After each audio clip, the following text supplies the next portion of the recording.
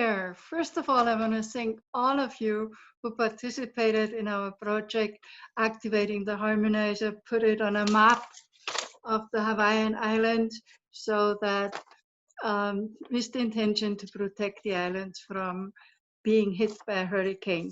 So with our efforts and everyone else on the planet, we were able to divert the hurricane, and people were very grateful for our help as well as everybody else's help, of course. So if you go on the newsletter, you can read testimonials from our friends from Hawaii. So thank you for that.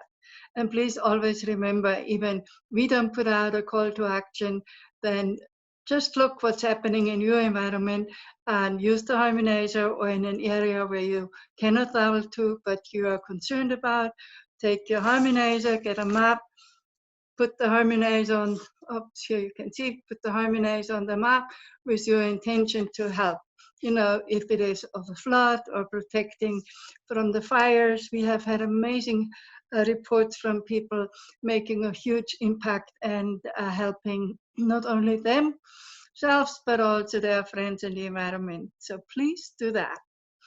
And because August is in the US, the beginning of school again, and obviously this year it's going to be very different than it has been due to the COVID pandemic.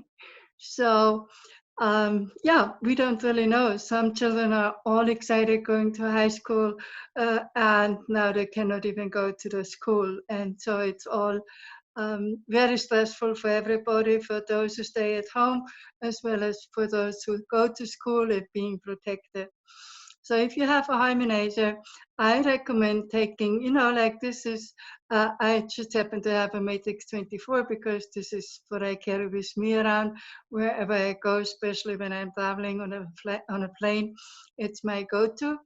But, you know, environmental Harmonizer, you can put it in one of those plastic containers, tuck it in your kid's school bag, and with the intention that the whole school is in harmony and people are relaxed and students have fun.